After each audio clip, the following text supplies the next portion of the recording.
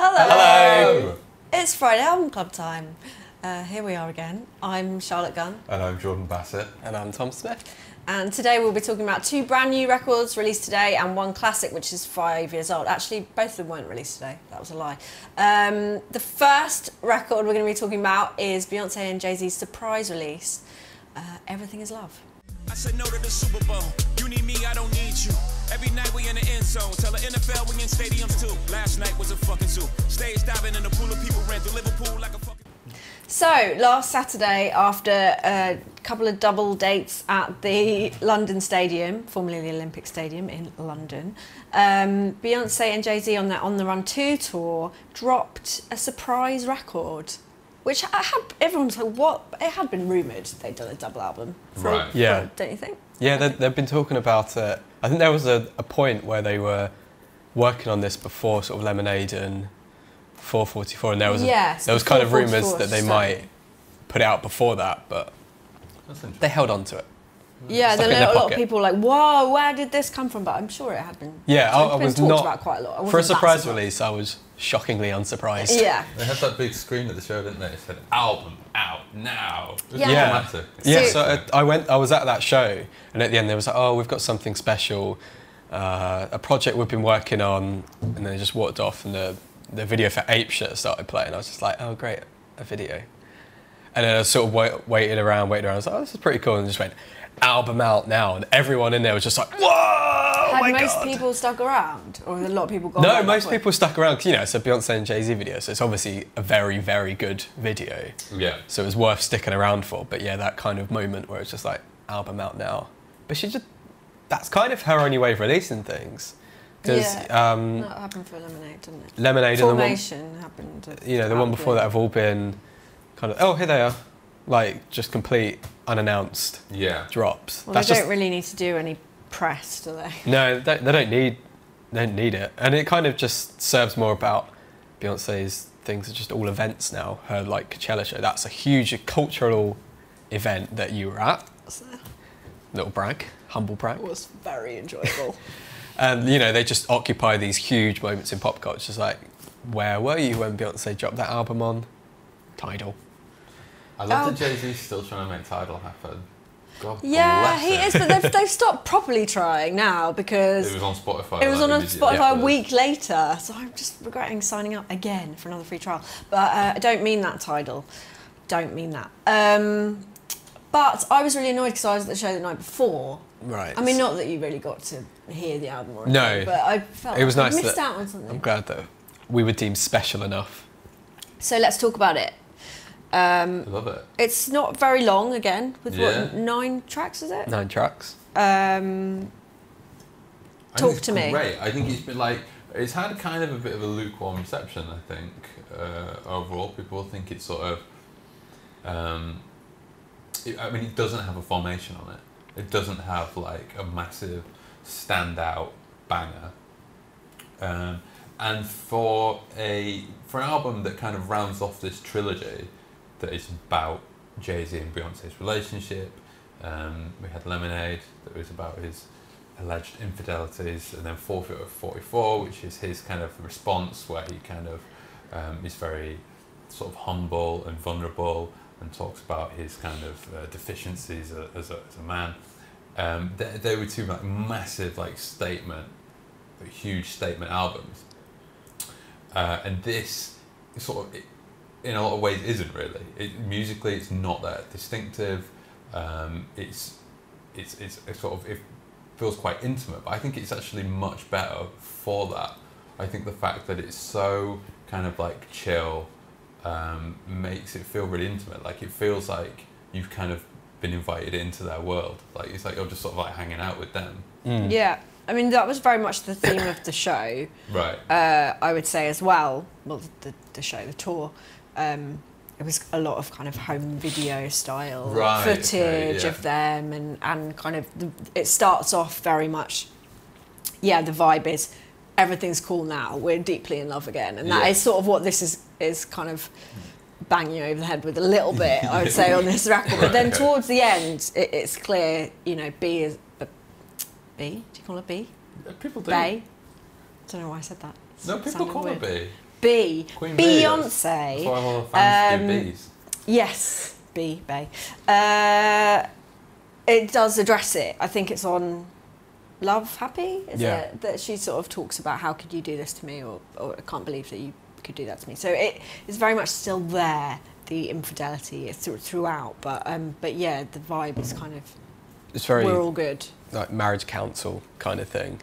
Do you believe it, or do I believe it? Is it all just... You think it's a myth, don't you? Well, I wouldn't be surprised, because Jay-Z went on that Letterman show that's on Netflix, and he, among, you know, it's a very kind of like career spanning kind of like general chat, but on that he was talking about hip hop, and how he was talking actually about like debuts, and the debuts of like young rappers who talk about their like creation myth and their hardship and adversity they've faced, and he says, you know, often a lot of that is of course rooted in reality, but there's a lot of kind of, obviously there's a lot of bragging, and also there's a lot of willful sort of myth making, and there's a lot of stuff often in those kinds of albums that's not really necessarily true, but it, you know, it creates a myth and tells a story.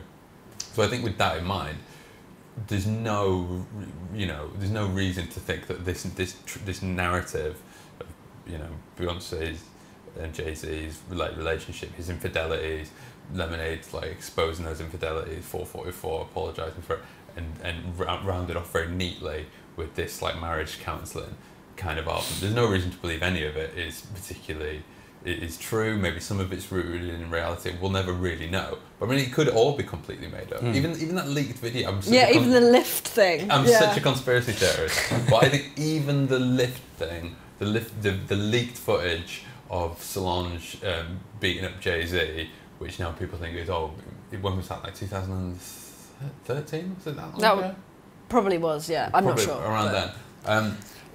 Like people say, oh no, that's because she must have known about the infidelity, and we piece all this stuff together. But I mean, it literally could all just be a fucking like genius publicity stunt. I mean, I really wouldn't put it past either of them. But I actually don't know that it matters particularly. I think it's a really like great narrative, and I buy into it in the sense that you know, I think it's like. It's a great story. Yeah, me too.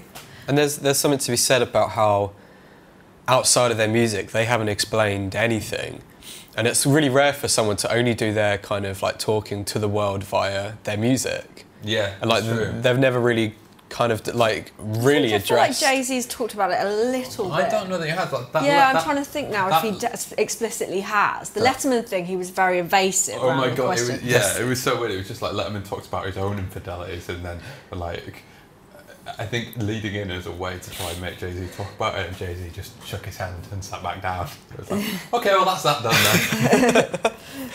Maybe this is like as far as it can go though. Maybe this is the. I would be surprised if they did. Or either of them did a record that was sort of about that narrative that they're pushing. Like this is very much like the bow. Putting it to bed. It's just like, boop, there you go. So let's talk about the tracks. Which ones do you like? Which ones do you not like? Okay, well, I really like Nice, but let's talk first about Ape Shit, because that was sort of like the lead. Is it a single? I guess so. Yeah, we'll call it the single. There's a video. There's a video. Yeah, fine. Video shot in the Louvre. Well, so that's like a real like. Trap. I mean, it's a trap song. Migos are on it. Not quite all of them. Just Quavo. Yeah, Quavo. And it's got Migos. Scoot. It's so good. But like that, the first time I heard that, because I mean, it is quite a basic like trap song. It's not innovative in any way. It's not trying to be. And the first time I heard it, it felt like.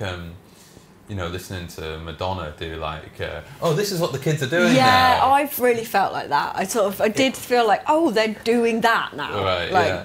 But it is good. I really like that aspect of it now. Now that it's kind of bedded in, and this whole thing of it being about them inviting you into their world, it's like that you feel like you've already heard that song, and that sort of that sense of familiarity, I think, adds to that general feel that you kind of like just hanging out with Bay and Jay. Yeah. You know? Yeah. And that they are cool enough that they are sort of surround themselves with these people that they can do that so effortlessly, and it's like, oh right, that is a different sound for them, but you just kind of believe that that's just the world that they inhabit, and they've just kind of picked up these influences from people who they surround themselves with, and it's not very forced or like sat down and thinking we're going to do a song like this. It feels like very natural. I think that's probably, I think, Beyonce's best performance on the album, because there's a lot of rapping from her on this, which people were just like, oh, I've never really heard Beyonce rap before. It's like, she's done it before, but here she really lets it fly. I think she overshadows Jay in she does. Quite a big portion of this album. It's better at Jay-Z's job. Yeah. Don't need him. I mean, it feels like he's just been allowed to pop up on a few songs, just like, I'm here too. I mean, I felt that as well. Sorry, I keep talking about the tour, but it was kind of very much, they are sort of interlinked. Yeah. And I felt on the tour she hugely overshadowed him. Yeah. But I know you disagreed with that a little bit. A little bit. I really enjoyed his moments in the show, which I wasn't expecting to, but I do feel it was kind of like, go on, you do your songs, but it's really all about me. Yeah. Someone, as I walked out, just went, I thought it was going to be 80% Beyonce and 20% Jay-Z. Yeah. My girlfriend went and she said that the bars were like when Jay-Z came on, everyone went to the bar. That's quite, maybe an exaggeration. But. There was one guy who just danced ferociously to every Beyonce song, stood next to me, and then when Jay-Z came on, he sat down. Okay. But yeah, she's great on this record. Really, really good, and sort of does take it to places that I don't think she's things like, that she's shown before. Some great lyrics in there as well, like the ones about streaming. Like she has a pop at Spotify. It's just like, if I gave 2 fucks about streams, I'd have put Lemonade on Spotify. Great. Just like stuff like that, and there's stuff about Jay-Z's jet, being on being invited into their world, like you're hanging out on the jet. She's just really kind of doesn't care about anything. Like she knows they're very much on top of their game. Yeah. Well, a lot of it's about that. Like a lot of the lyrics talk about like when we first met. Like Jay-Z's talking a lot about that. Sorry, I can't remember the specific track, but like he talks about you were with someone else when we first met, and for like 2 years we had to kind of not speak as much. I bet he's like gutted now that you split up, and then you went on tour and spent the whole time on the phone to me.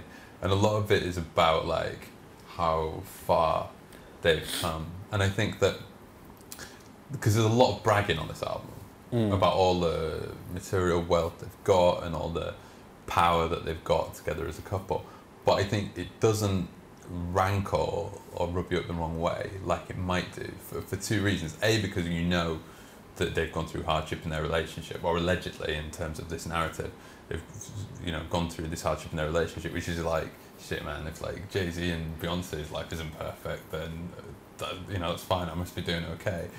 And secondly, like, I mean, people get sick of hearing Jay-Z talk about how he used to live in the projects and sell crack, but I mean, the fact is, he did, and now he's fucking Jay-Z. So like, that's I find it quite moving. I find it really moving and inspiring to think, that these 2 people, kind of against, statistical odds, probably the most powerful people in pop culture.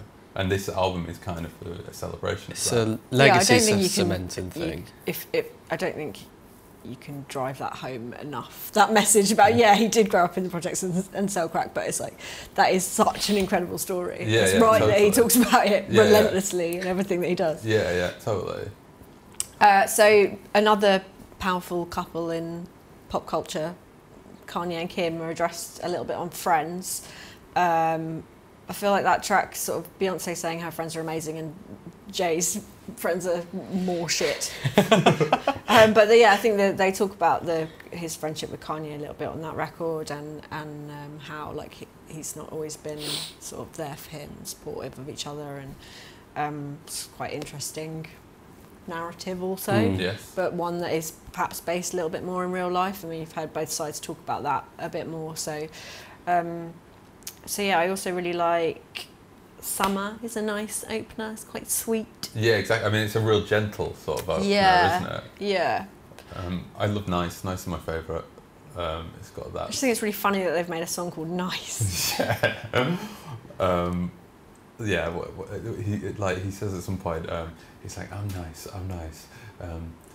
Great advice. Just like congratulating himself on his own business sense, on his own business savvy. So where does this rank for you guys in your... Let's rank the trilogy. Yeah, that's a good idea. So what would... Number one is Lemonade? No, alright, let's take it in turns. I want to go... I've got a controversial... Lemonade, I'm not into it. What? Ooh. I mean, whoa, alright, I just lost everyone. No, I don't know, I'm probably wrong. But like, I love the one that came before it, the self-titled Beyonce album. I think it's like perfect record, and I think Lemonade's like all over the place, stylistically. I love it. Whereas this is much more unified. I love it so much. So for me, it would go 3, 2, 1 is Lemonade. I love 444. Yeah. I love that Jay-Z suddenly sounded incredibly relevant again out of nowhere. And I also love how vulnerable he made himself on it. I think that's really commendable for someone in his position. And then probably this is like the top one for me, I think. The top one? This is the top one? Yeah. Lemonade, 444, this. 3 to 1? 3, 2, 1. Blimey. Shit, okay. Go. I'd go the other way. Lemonade's probably my favourite. Okay. Jay-Z's 444 and then this. I mean, that's not a knock on this. This is very good. But I think those two records are just fantastic. I think, yeah, it's crazy how he just made himself relevant again. Yeah, totally. It's like, did a good album. Yeah. Hands up, I haven't listened to 444 very much. Okay. So I don't know if I can accurately rank these, but I'm going to say Lemonade, this, 444. But maybe that is just wrong because I haven't given it enough of a go. It's on bloody Tidal, isn't it? So... No one's heard it. Yeah, literally no one's heard it. Okay, Oh, we got this star rating. Yeah, Star should we give it rating. a ranking? Yeah. I'll give it a nice 4 out of 5. 5. I Well- love this record so much. 5. Boom. Almost as good as the same as Rolling Coastal Blackout Fever that I gave 5 last week. I'm going to say 4. Cool. Moving on to our next record, it is Panic at the Disco's 6th album, Pray for the Wicked.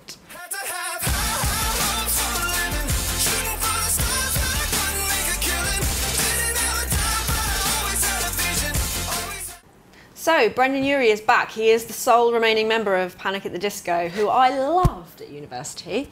But they've done 6 albums. Who knew? He's been on his own for the last 2. Previous one was 2016's Death of a Bachelor. In the middle of, since doing that and recording this one, he joined Broadway and was the lead in Kinky Boots. Which has had quite an effect on this record. It definitely Yes. has. Yes. Pete Wentz, his pal from Fall Out Boy, described it as Death of a Bachelor on steroids and said it's absolutely bonkers. Yeah. And I think, That's fair. It's kind of accurate. Yeah. I wanted to put it on the office story the other day, and a member of staff who doesn't like this record, because I can't remember who it was. So I was like, oh no, why don't you just put on the Greatest Showman soundtrack instead? That's going to sell a lot more. The thing about Panic is they have such a hardcore fan base and they've done that same thing that Fall Out Boy have done, and various kind of indie bands of the noughties, but they just keep getting young fans in. Right. So it's not really. They do have the problem of like, oh, maybe our old fan base won't necessarily engage with this new sound, but they're just getting in like new people with every record. And we interviewed Brendan a couple of weeks ago, and we put a call out on our Facebook page. Yeah. No, Instagram. Sorry. Why do people care about that? At Enemy Magazine. And asked for some questions, and we got bloody thousands within seconds. Like, people absolutely love this band and this man. This record, though, Tom Smith, what do you think? I just don't care. You don't care? I'm really sorry. Were you ever into them? No. Right. So then maybe that's my fault. I haven't really given them much of a That is your chance. fault. Yeah. It is my fault. It's all on you. It's, I don't know, it's too OTT for me. Right. Like, I appreciate the theatrical aspect to it, but it just does nothing for me. It does feel just like a cheap, tacky musical soundtrack. Yeah. Tom! Well, I'm nodding. I don't know if cheap, tacky musical is fair, but I think that he did say there's a lot of Broadway on this record, and he's learnt a lot about his, vocal style, and it does feel a little bit like he's put together a lot of show tunes for a musical that hasn't yet been written. Yeah. I agree with that, definitely. There are some tunes on there, though. Making musicals out of albums is like, it's all the rage, isn't it? American Idiot. All that kind of stuff, maybe. And others. There are some. Well, yeah, there are others. There are others. There's a Queen one in there. We'll go back to that. I like it. Bat Out of Hell. There you go. That's one. Yeah. Just go on. I like how silly it is. I like how camp it is. I like how eccentric it is. It sounds like the Glee soundtrack to me. Yeah. I bloody loved Glee. So He is very Glee, I went Brendan. to see it. I went to see Glee live at the O2 a few years ago. Did you? Fucking great. Oh, it was so good. That guy from Glee played the murderer in the Gianni Versace Yeah, he did. story. Yeah. Fact. Glee fact. I used to really like Panic. To be honest, I haven't paid a ton of attention to them in recent years. But I think this album is a step away from what they used to do, certainly. Death of a Bachelor was kind of veering more in this direction, but this has kind of definitely elevated it to a new theatrical plane where everyone's kind of high kicking and going like this. It's not a million miles away from a Phoebe You Can't Sweat Out.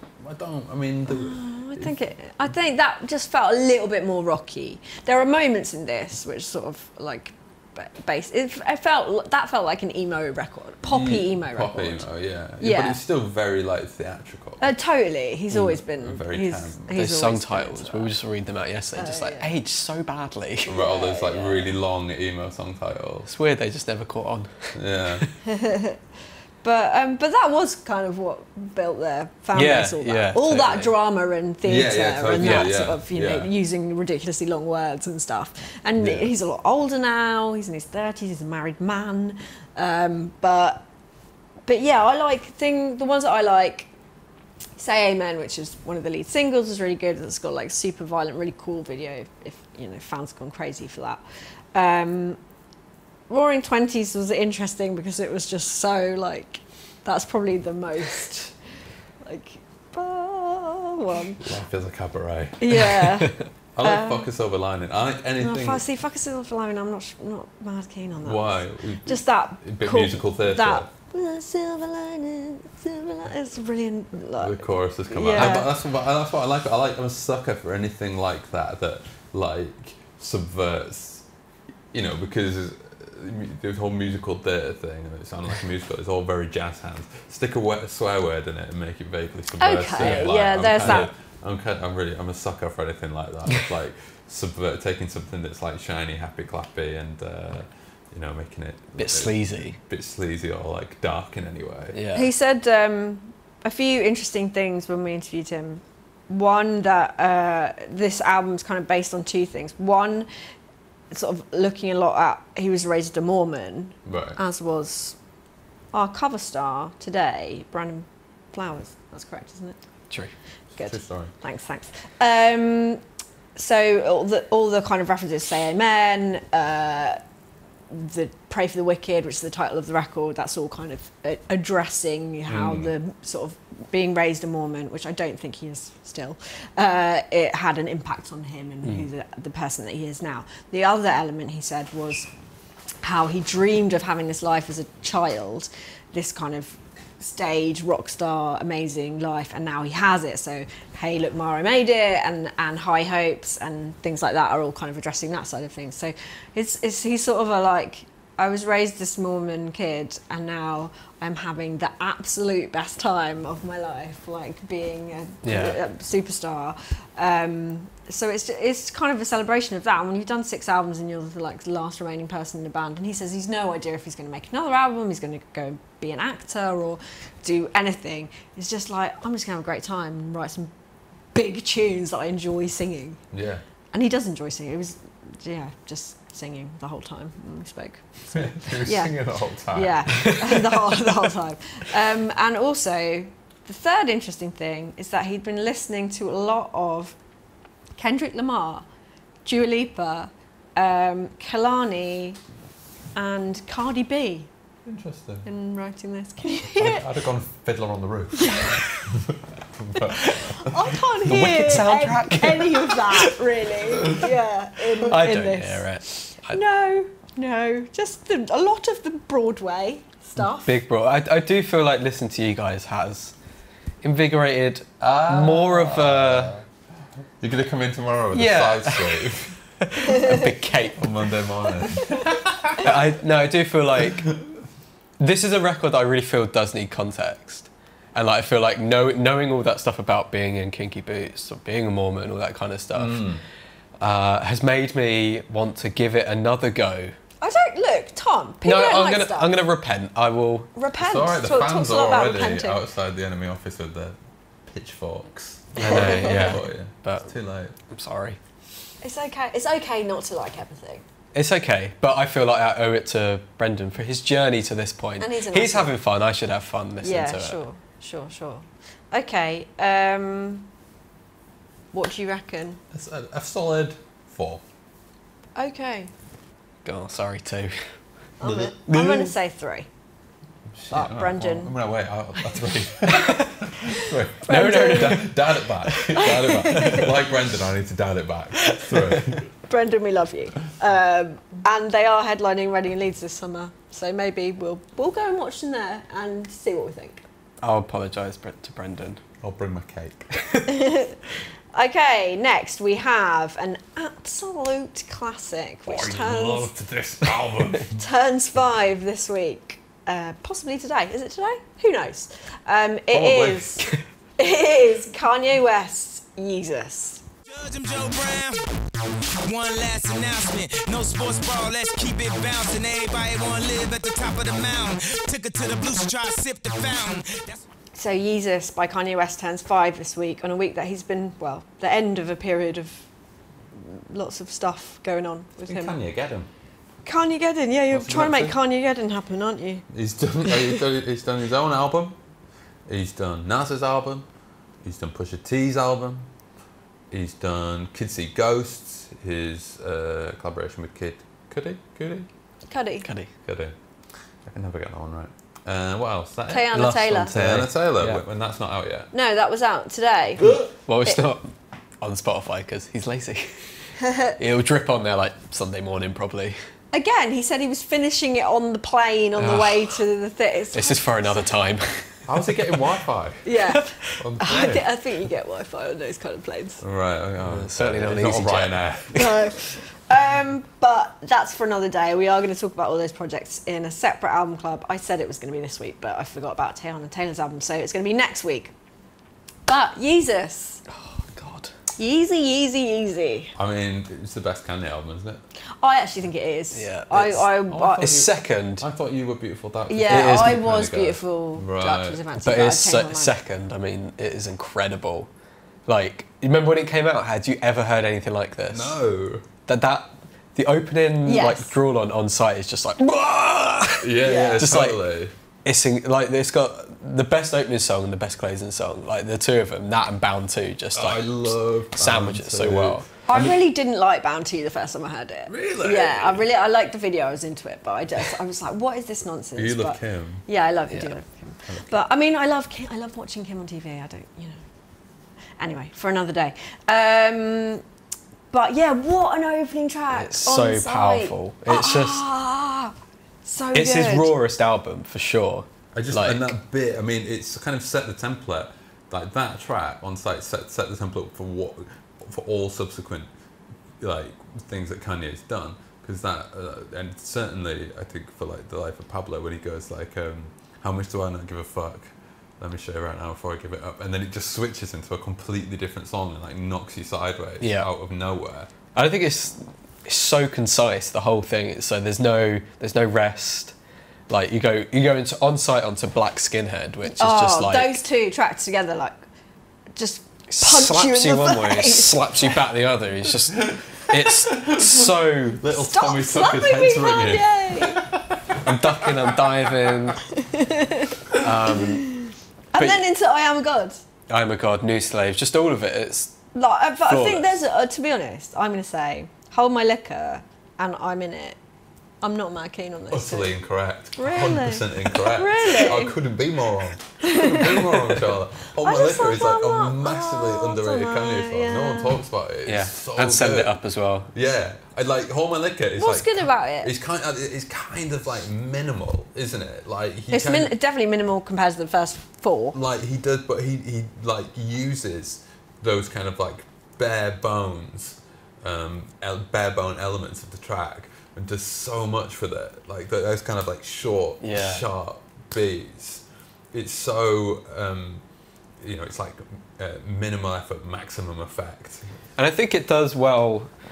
It's aged really well in like the context of Kanye's career. So he did 808s, which was his sad record. And, followed it up with, after the Taylor Swift incident with My Beautiful Dark Twisted Fantasy, was like, can you all like me again? Yeah. I'm sorry. Which is like so epic and lush and long and sprawling and inspired. And people loved him, and he was just like, oh fuck, I'm going to make everyone hate me again. Yeah. And that's what he did with Yeezus. Or He he's kind of sums got that to a up. place where it's like, everyone loves me, so now I'm going to tell them what I really fuck think. off. Well, he actually says on this album, as soon as they like you, make them unlike you. And that's exactly what he did with his album. Yeah, it's some of the best samples as well. The sample of on Blood on the Leaves as well is just really powerful. It's when he played these live, I saw him at Glastonbury, and when he played like Black Skinhead live, it was and New Slaves. They were the one that everyone went crazy for. Yeah. Like, yeah. I just can't like. He should have used the Billie Holiday version of Strange Fruit on Blood on the Leaves. which one did he use? The Nina Simone. Very good, but I mean, no Billie. You're a Billie Holiday stan, aren't you? I'm a Billie Holiday fan, so that's Did not know that. massively, yeah. So like that's my only. I think that's my only criticism of this album. If I could meet Kanye, that would be the one thing I would say. He talked really eloquently around this album as well. Yeah. I had amazing things to say. This was when I truly believe like he really is a genius. Yeah, I mean, he did also. This is also when he compared him. Said he's the Glitch from Wreck-It Ralph. Oh, Which I right. think might be my favourite Kanye quote ever. When he's like, we'll look it up on YouTube. It's such a great clip. He's just bellowing at Zane Lowe. Have you ever seen Wreck-It Ralph? I'm the Glitch. Zane Lowe's just like that. The sheer force of Kanye's insistence that he's the Glitch is just pushing Zane back in his chair. Let me just compare. What was the last film I saw? Wreck-It Ralph. I am in Wreck-It Ralph. Just yeah, a poster on the way to the maybe the last great Kanye West album. Ooh, well, maybe yeah. Truly great. Like Life Yeah. of Pablo is very, very good, but Ye is not on this level at all. But it's the last time he sounded like he had a really coherent vision. Yes. And Yes. and I love Pablo, and but you have to approach it in a different way. Like it's very like fragmented, and you get the idea that like ideas are sort of like slipping away from him, and it's like it's Pablo's a fascinating album, but it's not like fully realised with a distinctive vision the way the Yeezus is, the way that Twisted Fantasy was, even the way 808s is, and like 808s, it's like you were talking about how well this album's aged. Like we all talk about the influence that 808s had, that we wouldn't have had the Dre, The Weeknd, and all that kind of like emotional rap without it. And it's brilliant in that sense, and it has been like massively critically reappraised. But once you actually go back and listen to it, like it doesn't actually sound that great. It sounds like a prototype for all that stuff that came later. Whereas this still sounds fucking it doesn't sound like anything else. Yeah. He worked with Rick Rubin, who he'd worked with a fair bit throughout his career. And some of the stories were like Rick Rubin would sit there, as he does, he kind of just lays back, he's got that big beard, and he just sits there and strokes it. And apparently he just kind of went, keep that, lose that, keep that, lose that. And that's why it's so like 10 tracks, 40 minutes and 1 second. It's good. I think it's his shortest album. No, actually, yeah. Yeah, but not really counting that. Yeah, okay. That's like because he did it in a day. God, it's it is powerful, and it remains powerful 5 years later. You know, one of the best hip hop records of the last millennium. Yeah, like one of the best ever. Yeah. You know, you look at the impact it's had, and listen to an artist like Vince Staples. His album last year, Big Fish Theory, had all these feral beats that were kind of born on an album like this that people were scared to do. I mean, he's called it Yeezus. He's compared himself to Jesus. Oh, no, I'm joking. Like, that just kind of says it all. Yeah. I think. Yeah. It's a very good record. But like, yeah, I mean... I put that on the tube poster. A very good record. Charlotte Gunn, Enemy. A very good record. But yeah, I mean, it's interesting you talk about the influence it had. I mean, how many times has Kanye sort of reinvented hip-hop? It's true. Yeah. And this, I think, you know, it's right to talk about how coherent this sounds. But the last two, we know that he was still working on, like, right up until the last... Yeah. But, I mean, it's why does he do that? It's like he's like got that compulsion that when you're doing an exam and you're going to finish, like, a piece of coursework and you stay up all night the night before. It's like, just do it earlier. Do it earlier. Spend more time on it. It will be better. But like the way he was still tinkering around with Pablo, like new, slightly amended versions of the tracks. Certain tracks on it kept appearing on Tidal. It's like, Jay-Z, just take the Tidal login away from Kanye. But it's because he knows he didn't quite get to what he did, to what he wanted, sorry. Yeah, and it's unlike sort of, this record. at the time, I think that felt quite exciting. Yes. Oh wow, this new sort of evolving project, what do you call it? Ever breathing, Yes. evolving something. But with Ye, I think it just seems like a rush job. Whereas back to this, I would thoroughly agree it's the last great Kanye album. Yeah. But I do very much like Pablo, and I do quite like Ye.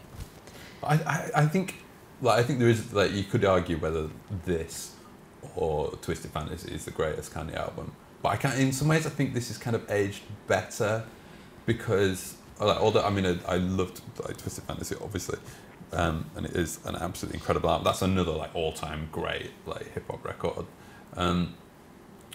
But it's kind of like the kind of the lushness and the ostentatiousness of it hasn't necessarily aged quite as well as the kind of, like, electro punk aesthetic. So that this good, like if like this, like there is any time, sort of now or in the next few years or wherever, where this would come out, it would still blow your mind. Yeah, and I think this one in particular, I think it was the first Kanye album that kind of got, like, the rock kids interested. Right. Because there's definitely kind of a really heavier metal rock aspect to it.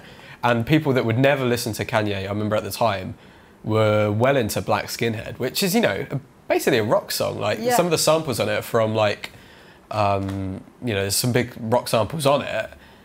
But that never happened before. And this was the one that kind of unlocked him to be a truly kind of universal... sort of genre spanning.